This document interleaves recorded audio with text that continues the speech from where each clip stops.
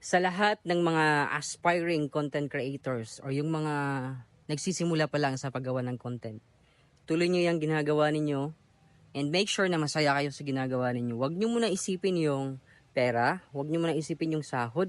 Focus kayo sa paggawa ng content, yung original na content. Kumuha kayo ng idea sa ibang content. Idea ang kukunin na hindi yung content mismo.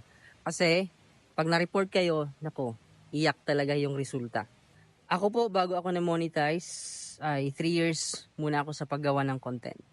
Yan, 3 years. Imagine that, 3 years na paggawa ng content bago na-monetize ang aking Facebook page. Actually, sa YouTube talaga kami nagsimula.